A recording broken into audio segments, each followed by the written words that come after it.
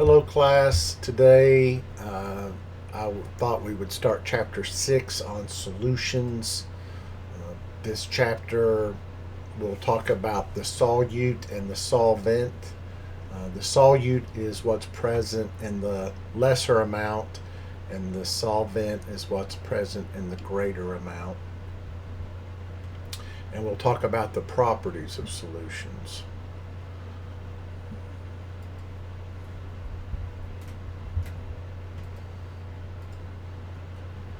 So here's some definitions. A solution is a homogeneous mixture of two or more substances. So we have to have two or more substances to have a solution.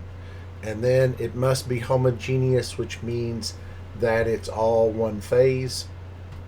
And so that's what we're looking for. For example, when we take a teaspoon of table salt and we add it to water and we stir that salt in the glass, the salt completely dissolves. We see it as one phase, homogeneous, and the entire solution now tastes salty. So the solution is a homogeneous mixture, two or more substances. The solute is what's present in the lesser quantity, in this case table salt, NaCl, and the solvent is water. And mostly what we're going to be talking about in this chapter is aqueous solutions, where the solvent will be water. And again, the solvent is present in the greater amount. So examples of solutions, you've seen plenty. I think a lot of people forget that air is a solution. It consists of nitrogen gas, oxygen gas, and other gases. And they are uniformly mixed together, so it's homogeneous, and it's all one phase. So that's an example of a gas-gas solution. We also have alloys. These are metal-metal solutions like brass.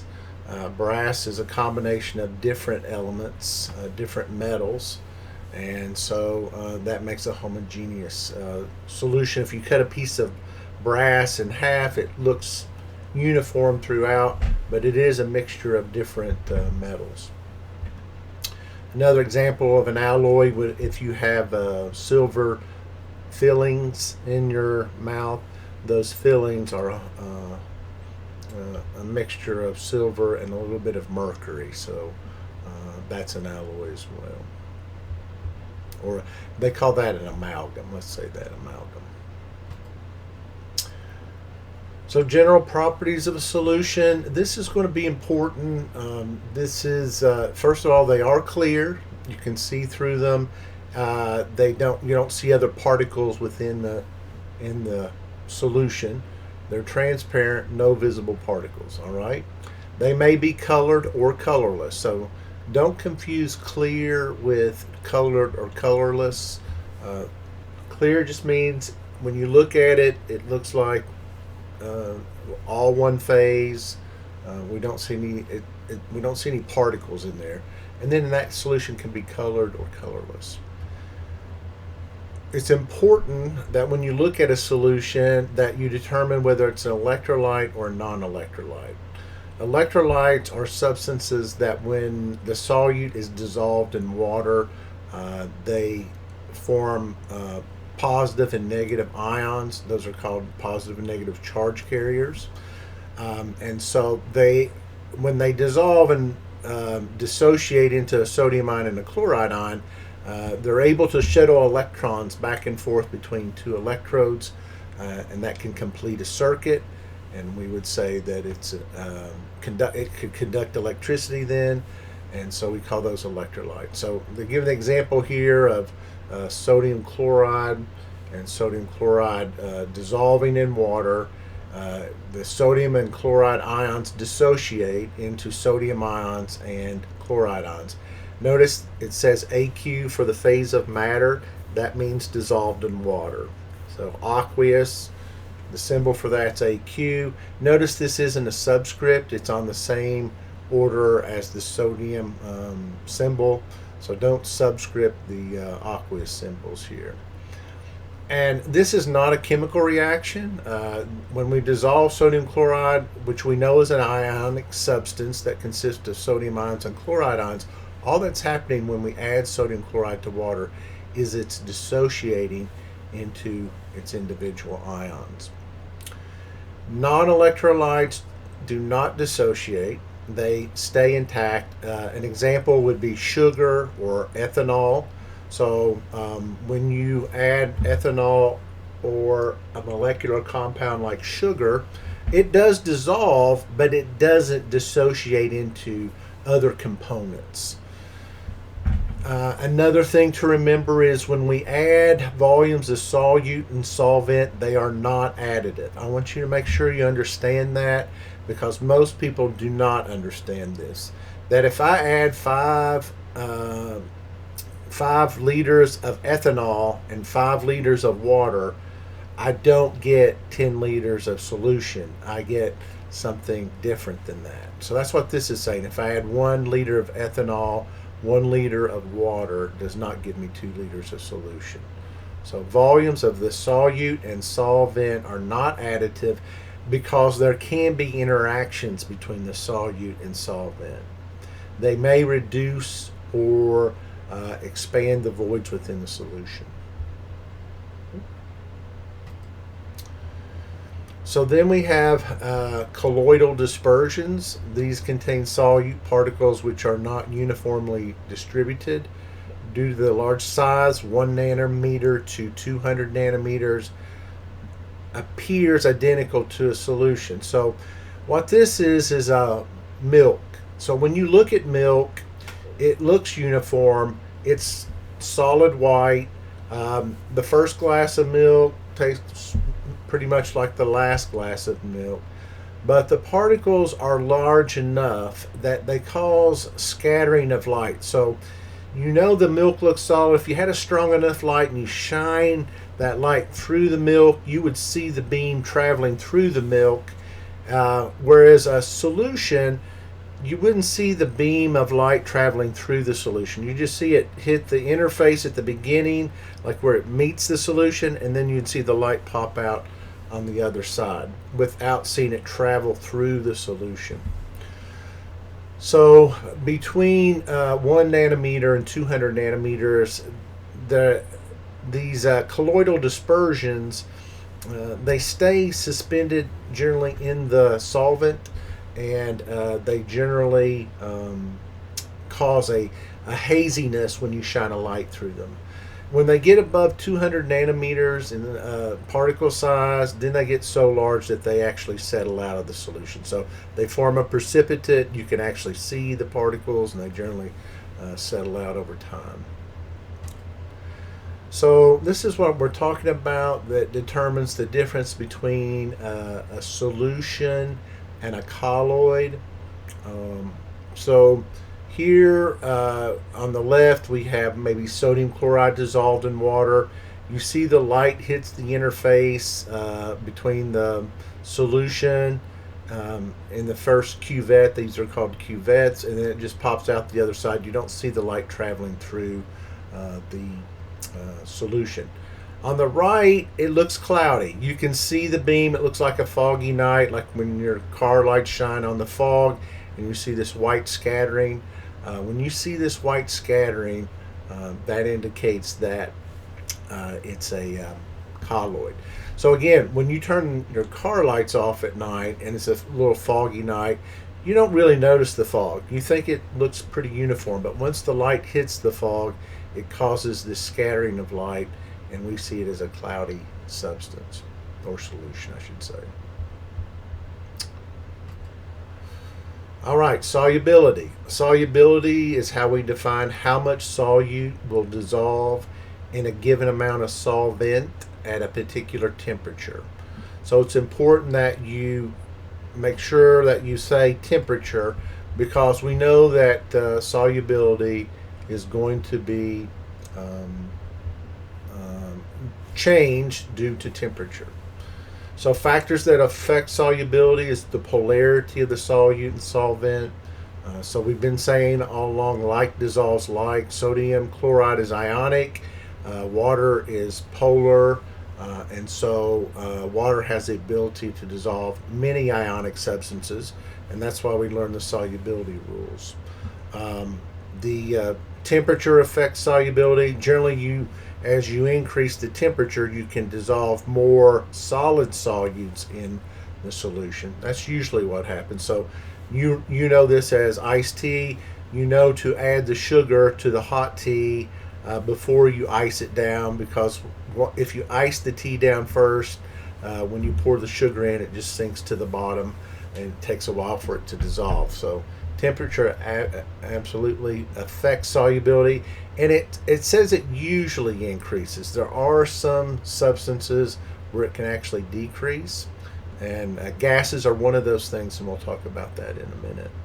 Usually, solubility has no effect on pressure, and solubility of a gas, though, in a liquid is directly proportional to the applied pressure. So what does that mean? Well, that means when you have a bottle of pop, so there's CO2 dissolved in the solution, and the CO2 pressure above the solution determines whether the CO2 above the solution as a gas and in the solution are the same concentrations, and so that's why when you take the lid off the top, all of a sudden you see these bubbles of CO2 form. You've released the pressure, and the CO2 starts to release. So that's what they're talking about here. Is the solubility of a gas in a liquid is directly proportional to the applied pressure. So when they're bottling this Coke, they have to they pressurize it, and they also use really cold water so it can absorb more gas.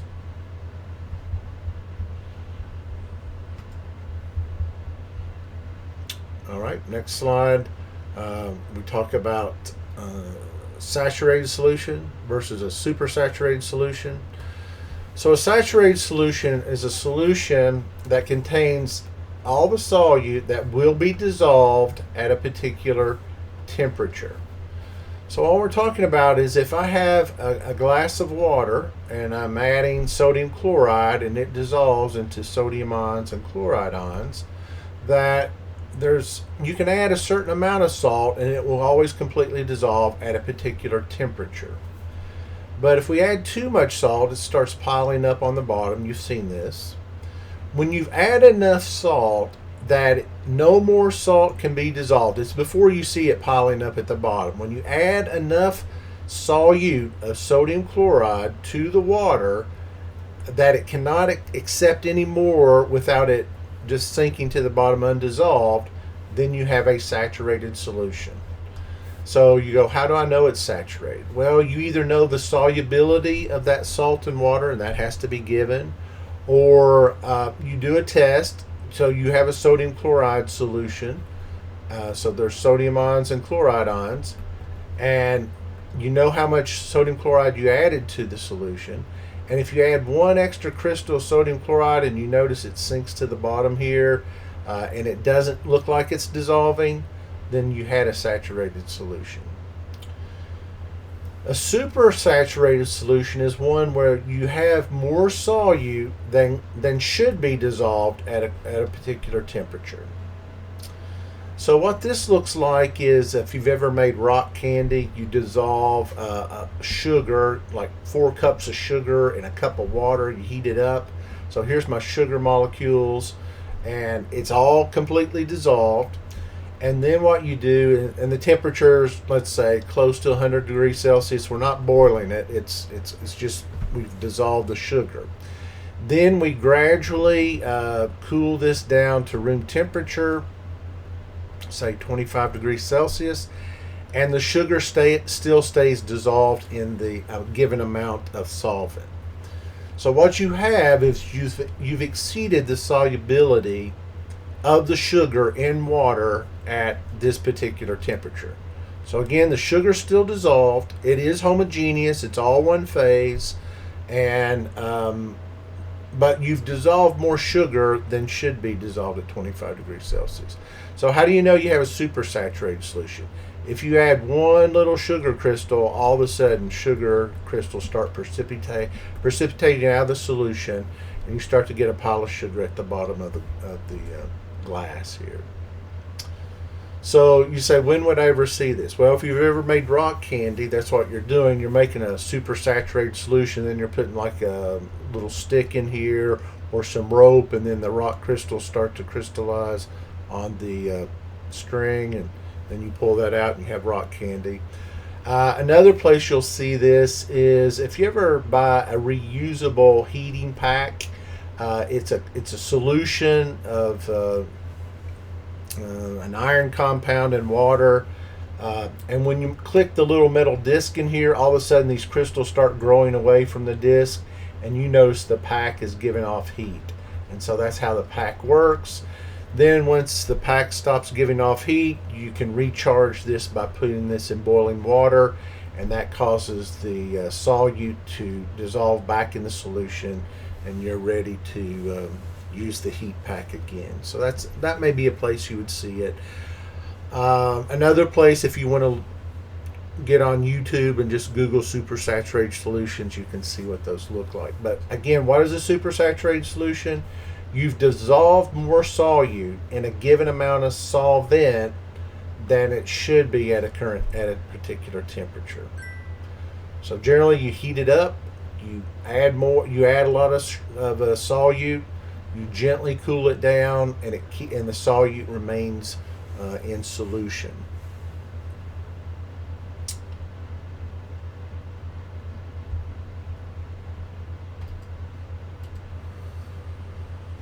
All right, solubility and equilibrium. So what this means is there's an equilibrium. Equilibrium is, think of it like a seesaw.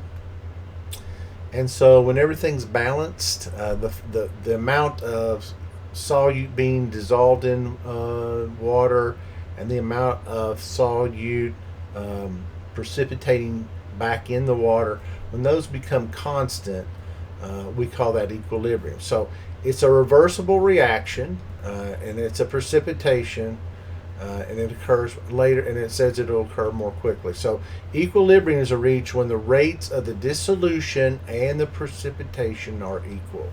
The rates of it dissolving and precipitating, I don't know why I did that, dissolving and precipitating, those rates become constant. Now, that's another thing to remember, is that when we look at a precipitate in solution, so here's my water, here's, let's say, sodium chloride, since we're sticking with that, and you've added too much and it's piled up here in the bottom of the glass. It's not static. It's not just once the sodium chloride's there as a solid that it stays that way. What's happening is the sodium chloride is dissolving or dissociating into the solution as sodium ions and chloride ions. But at the same time, the sodium and chloride ions are coming back and they're sticking together. They're bonding back together and forming the solid sodium chloride. So that's what we mean by dynamic equilibrium. There's some of the sodium chloride is dissolving and some of the sodium chloride is precipitating. So the rates of the dissolution and precipitation are equal. You can only have that when you have both the solid and the aqueous solution up here present. You've got to have both present in order to have this equilibrium. If you don't, you're not at equilibrium yet. If you have sodium chloride but you don't have any solid down here, it's not an equilibrium system yet until you add a crystal of the solid and it doesn't dissolve. Then you start getting the dynamic equilibrium.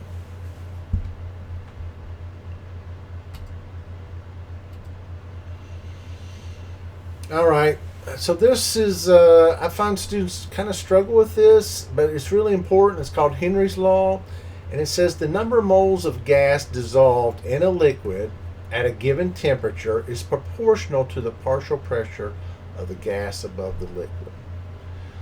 So this is, again, what we're talking about. You have a pop or a soda, and the soda, yeah, there's flavoring, there's coloring, but what we're looking at is in this liquid there is CO2 gas dissolved. CO2 gas is a covalent compound. Well, here's what has to happen. When we put a cap on this, CO2 will leave the solution and become a gas until, again, it's a dynamic equilibrium, till the CO2 concentration above the gas and in the liquid are equal. Okay, so that's what this is saying. The number of moles of gas dissolved in a liquid at a given temperature is proportional to the partial pressure of the gas above the liquid. So there could be other gases above the liquid. Maybe there's some, oxygen or nitrogen or something like that. But so if they just put the cap on and this is air here, so you'd have the total pressure above the liquid is equal to the pressure of the air, which is multiple components, plus the pressure of the CO2 gas. So that's what we mean by partial pressure. We talked about that in the last chapter with Dalton's law. And so it says the gas solubility in a liquid is directly proportional to the pressure of the gas in the atmosphere in contact with the liquid. Okay, so we have concentration equals Henry's constant times the pressure. So again, when you take the cap off, when you pop that cap off, you always see it fizzing. You always see gas bubbles coming out because you've lost all the concentration of the CO2 here. And so the gas bubbles come out trying to make up for that loss in concentration of CO2. So here's something to think about too. When you get a 2-liter bottle of Coke and you drink some of it, you know that if you just put the lid, first of all, here's what you know. You know you don't take the lid off of a 2-liter bottle of Coke unless you chill it first.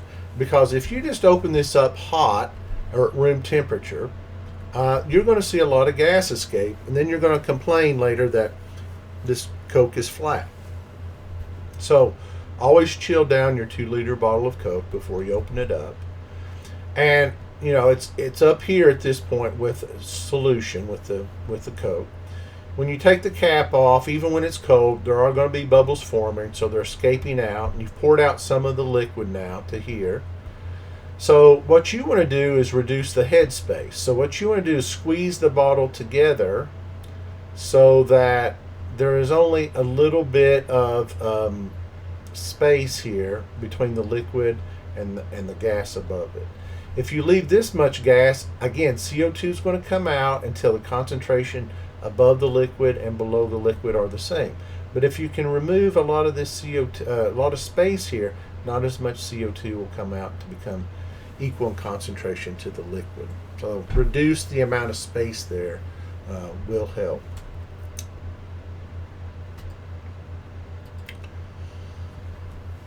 The other thing that's really important is gases, again, are most soluble at low temperatures. So if you want to put more CO2 in the water, you're going to use really cold water, inject the CO2 into cold water. But as the temperature increases, the solubility decreases for gases. So for solids, usually when you increase the temperature, the solid will dissolve more readily in the solvent. But as that's usually the case. There are some solids that don't dissolve as well at higher temperatures, but usually solids do dissolve better at higher temperatures.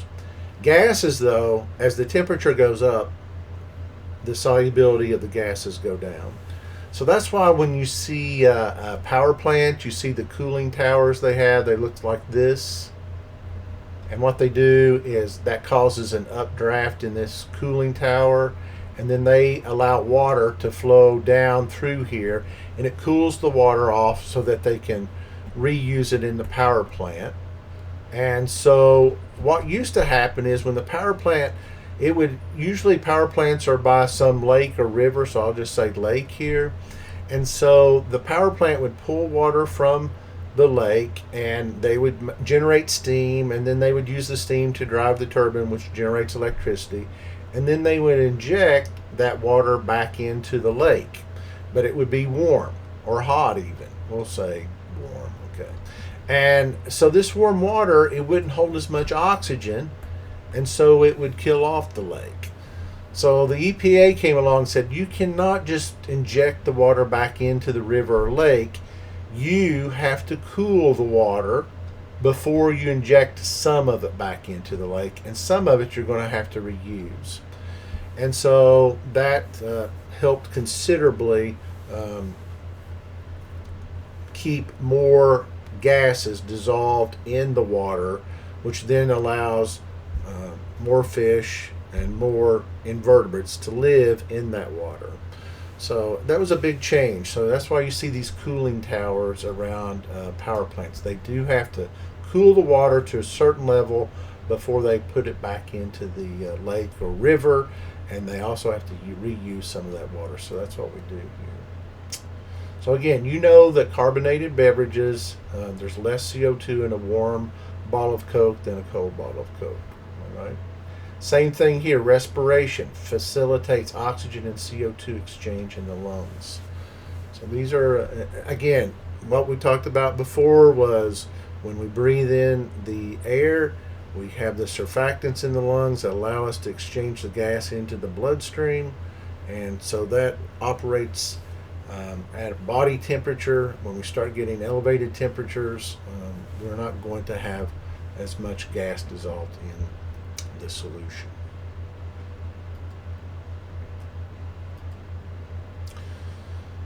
So we have to have a way to quantify concentration. Somebody will drink something and say, "Oh, this is highly concentrated or very flavorful," or something like that. But one person, something that's really hot. Think about that. Something like a hot sauce. Some people say this hot sauce is really hot, and some people say it's not as hot as this other one. So we have to way to quantify the solute dissolved in the solvent. And what we do there is we use the word concentration. It's the amount of solute dissolved in a given amount of solution. So it's the solute divided by the total amount of solute plus solvent, which we call solution. So that's what the concentration is. So concentration will affect melting point and boiling points, and it will affect solution reactivity. If you've worked in the lab and you had 0.1 molar hydrochloric acid and you've had 1 molar hydrochloric acid, you know that this acid is much stronger and the reaction is going to be much more vigorous.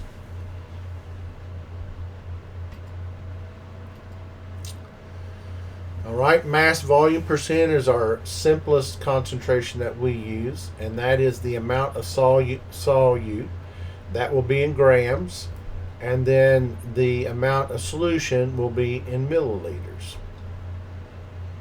All right, so the advantage of mass volume percents, they're used a lot in biology too. I don't have to know what the chemical formula of the compound is. I don't have to convert this to moles. All I have to do is weigh this out on a balance, get the mass, and then figure out, once I add the solid to the solvent, let's say in this case water, figure out what the total volume of this solution is, the total volume.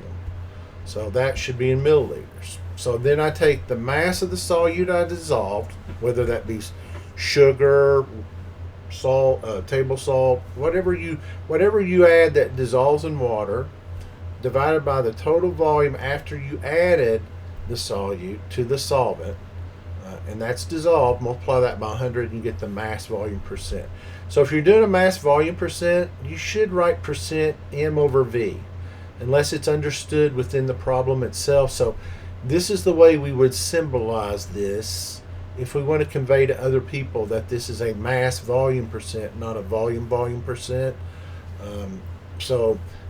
There are things called volume percents. When we talk about how much alcohol is in water, that's the volume of the ethanol, ETOH, divided by the total volume of the solution.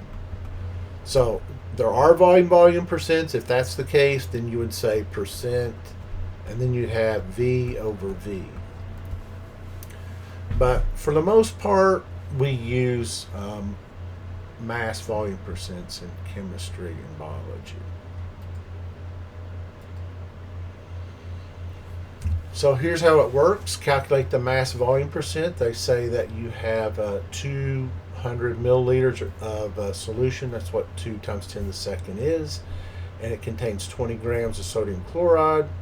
So we take the 20 grams of sodium chloride, we divide by the total volume of the solution, multiply by 100, and we find out we have a 10%, and don't forget to put this part, mass volume percent. Very easy. Just take the mass of the solute, the substance present in the lesser amount, divided by the total amount of solution, and then multiply by 100%.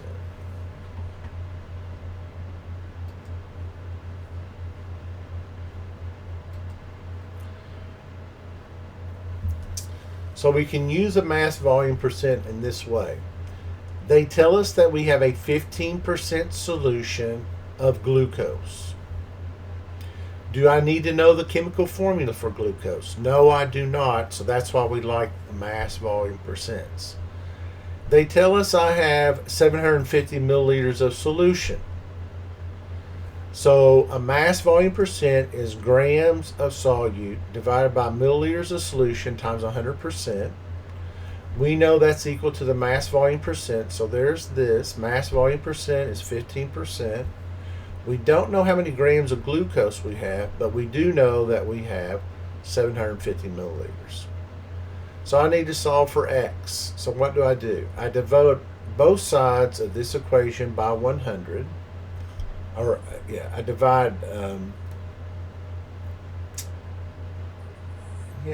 don't like the way. So I would divide both sides by divide both sides by 100%. All right.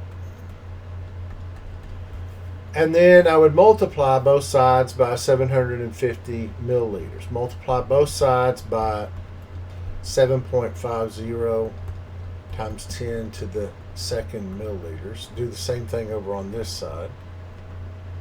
7.50, 0.50 times 10 to the second milliliters. The milliliters would cancel out, because remember, this is a mass volume percent, and we should get 113 grams of glucose. Yeah, so here's what I would have done differently. They did a little differently. You want the grams of glucose, so you're going to divide both sides by 100 here to get the grams by itself. And that should be 113 grams. So let's see, what else could you do here? You could do something like a triangle to help you remember this. You could say mass volume percent, or mass volume is equal to mass divided by volume, or something like that. Maybe that would help. But you still have to multiply by 100% here to get that to work. I don't know if that's going to help you that much or not. We'll think about it.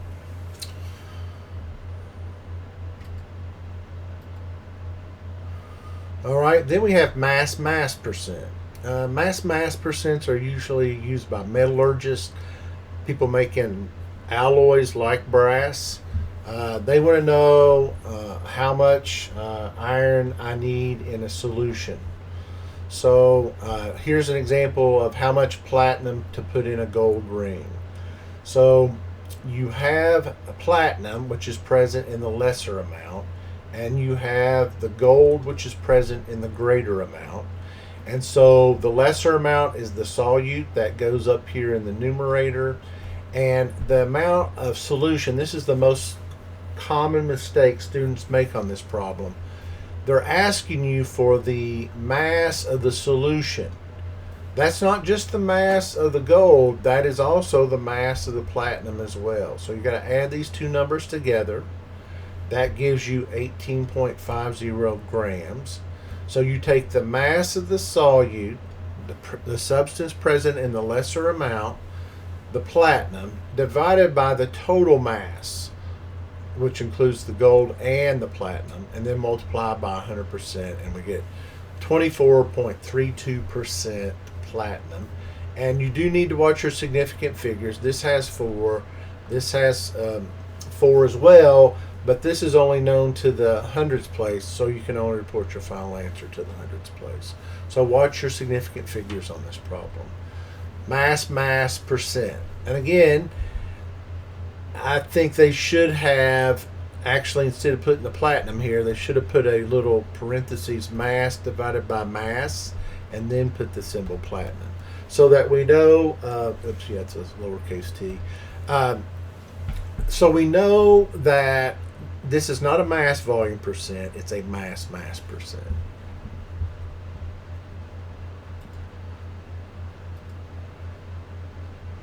All right, here's another concentration unit that we use, and that is everything we've been doing is a percent. So everything we've been doing, when we say an amount divided by 100%, or divided by the total amount,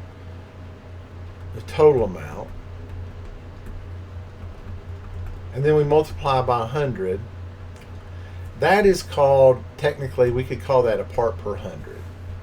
It's a part divided by the total amount times 100. So it's parts per 100. Well, when we start talking about things in our drinking water, we're going to talk about solutes dissolved in our drinking water in parts per thousand, parts per million, parts per billion, ppb. They don't talk about this one, but we generally go down to parts per billion when we start talking about things in our drinking water. So you take the grams of the substance you're interested in. So maybe, right now they're talking about fluoride in drinking water. So we take the mass of the fluoride ion in the drinking water divided by the total mass of the water, the tap water. Remember, that's a solution, tap water. And then if we wanted it in parts per thousand, we multiply by 10 to the third. And by multiplying by 10 to the third, that will give us the concentration in parts per thousand.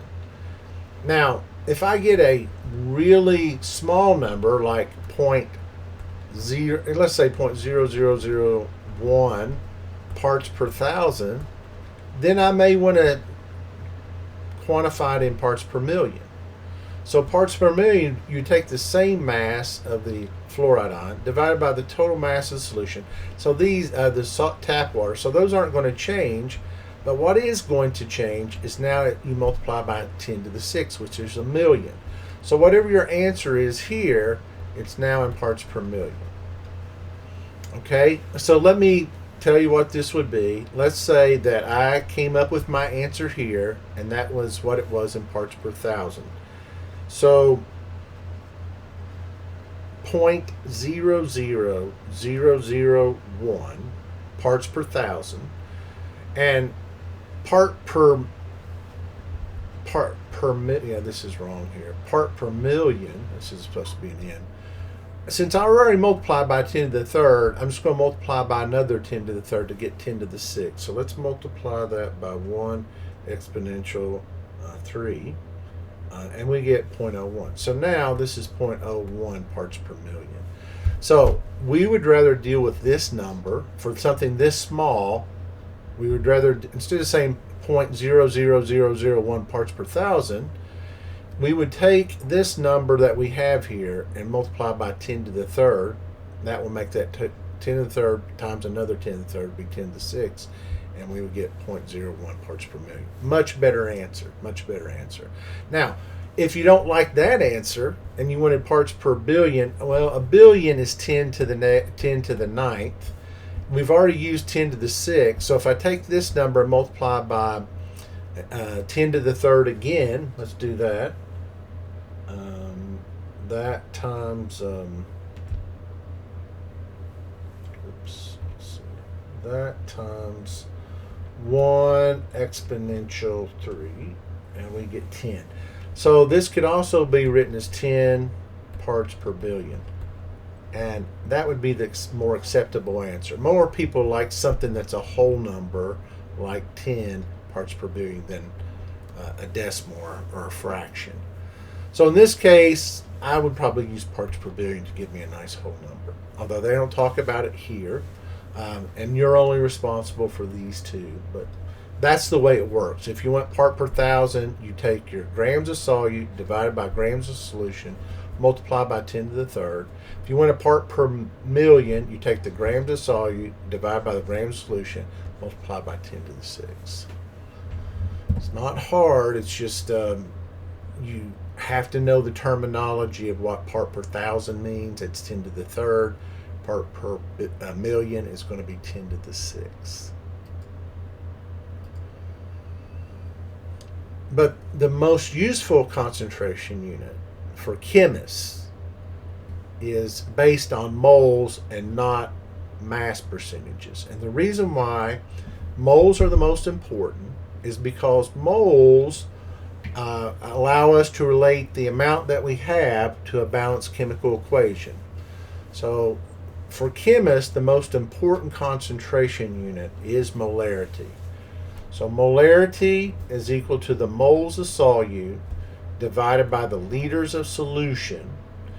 And the reason why non-chemists do not like molarity is because in order to do molarity, you have to know the chemical formula of the compound, and you have to be able to convert that to molar mass. So 1 mole of carbon is 12, 1 mole of hydrogen is 1 gram.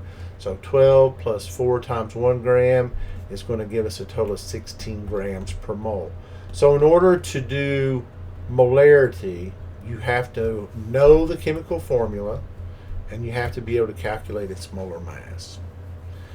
Because if I have 32 grams of methane, then I know that methane weighs 16 grams per mole, so I put the grams in the denominator, so those cancel out, and I would get 2 moles of methane. So that's what I would plug in here, and then I would divide it by the total volume of solution. And it must be in liters here, not milliliters. The total volume of solution must be in liters. So molarity is the most important unit for chemists, and you are going to, and again, here I would agree, the mnemonic will help you if you think of it this way. Molarity, put a T in here. Capital M stands for molarity. Moles up here, grams down here. I mean, not grams, liters. But if you have it in moles, let's say you're given an answer. I don't know what does that. If you have grams and you need to convert it to moles before you can plug it into the triangle here, you must use the molar mass to do that.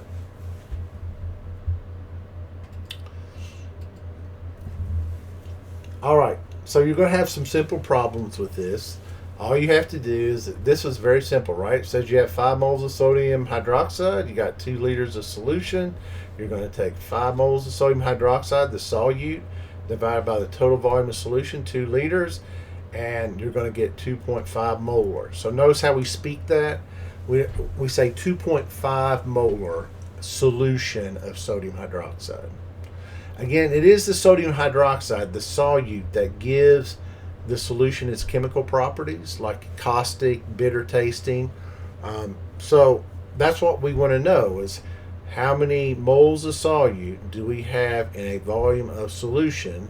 And when we take 5 divided by 2, that gives us 2.5 moles of sodium hydroxide per liter of solution.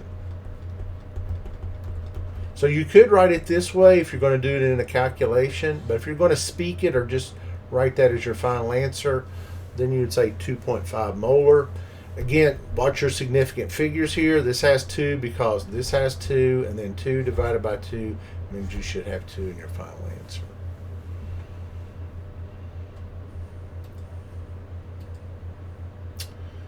All right, calculating molarity from mass. So what this is saying is, when I said the triangle looks like this, to help you remember, it's molarity here, it's moles here, and it's liters here. I don't know what I want. And they give us grams. You're going to have to use molar mass to convert that to moles so you can solve for molarity. So they say you have 5 grams of glucose dissolved to make 100 milliliters of solution. All right, so what we need to do is convert the milliliters to liters, and we need to convert the grams of glucose to moles so that we can plug it into this equation. Moles divided by liters will give us our concentration molarity.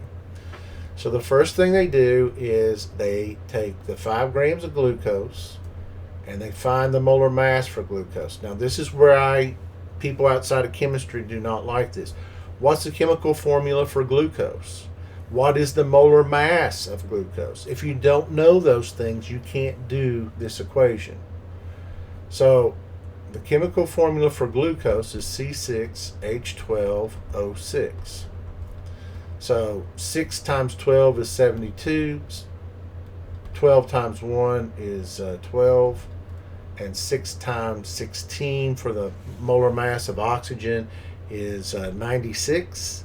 If you add that together, you get about 180 grams. They've carried more significant figures than here, and you should carry more than 3 because this only has 3 here. I'd carry 1 more than what the measurement is here. So that's pretty close, but I just wanted to show you where this number comes from. You must know the chemical formula, and therefore, getting the chemical formula, you can determine its molar mass, 180 grams per mole for glucose. So 5 divided by 180.15 will give us this many moles of glucose. We have 100 milliliters of solution. You know that I would have said here, this is the way I would have done it. 1 milliliter is 10 to the negative third liters. That's what milli stands for. If I multiply 1 times 10 to the second by 10 to the negative third, I would get 1 times 10 to the negative 1 liters. So now I have the moles, 2.78 times 10 to the negative 2, and I've got the liters, 1.00 times 10 to the negative 1. If I divide moles by liters, that will give me the molarity. All right, so that's what they did here. They took the moles divided by the liters of solution, and now we have the molarity of the solution. So again, the way you would speak this is I have 2.78 times 10 to the negative 1 molar solution of glucose. You always state what the solute is. That's what's important. So 2.78 times 10 to the negative 1 molar glucose solution.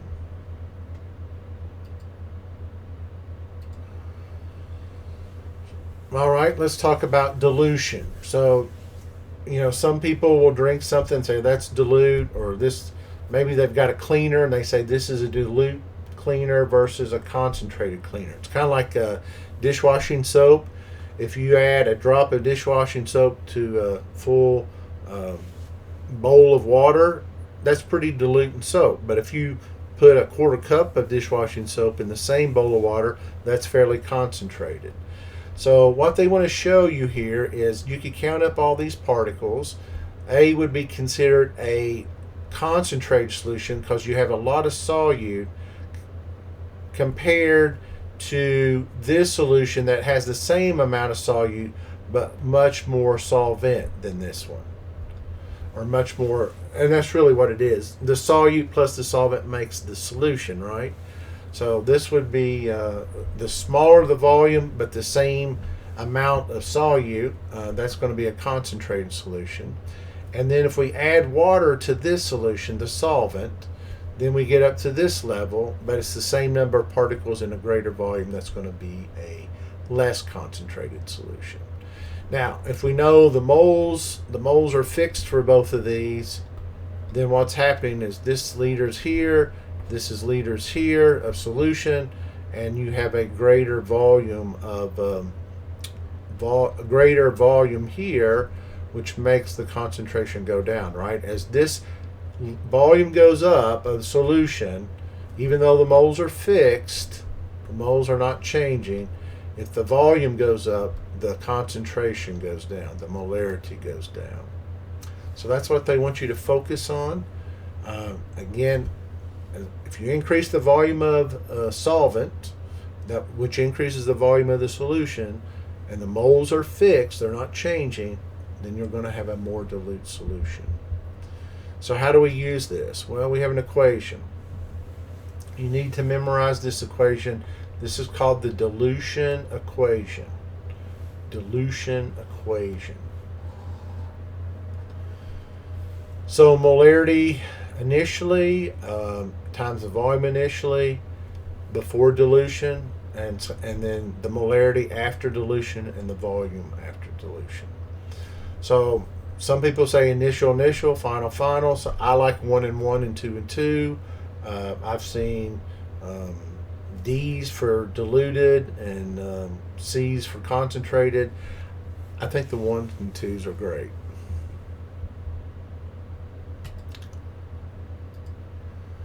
So here's how it works. Most of the time in the lab, we don't want students working with highly concentrated acids. In case they get them on, it's not going to burn their skin off their hands.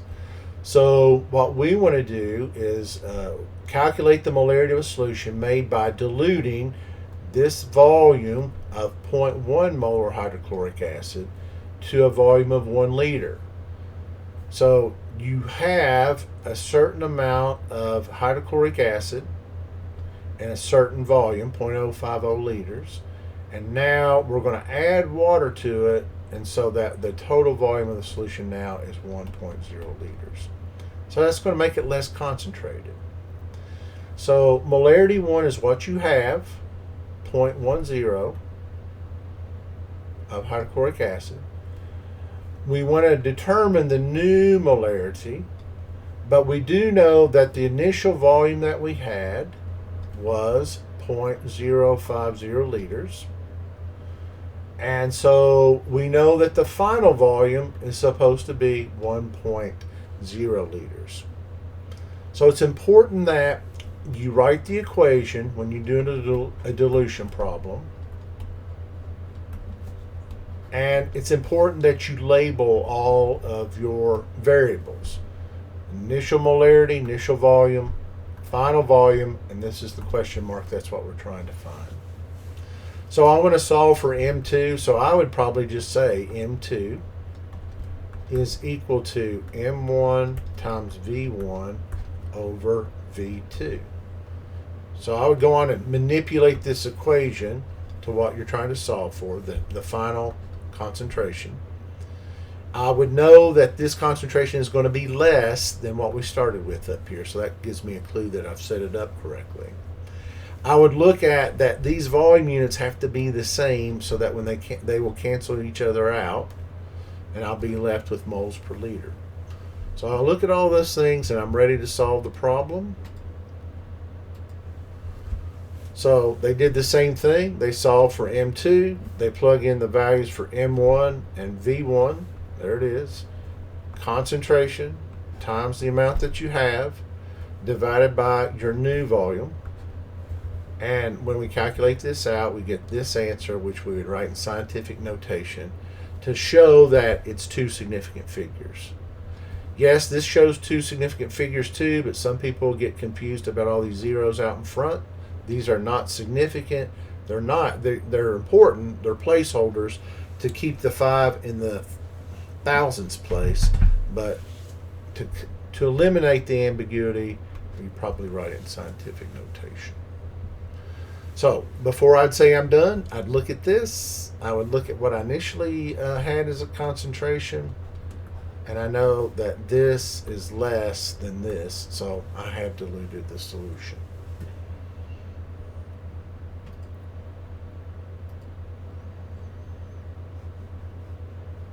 All right, that's where we're going to stop this video. This is what I would have covered in class on a particular day, Wednesday in this case.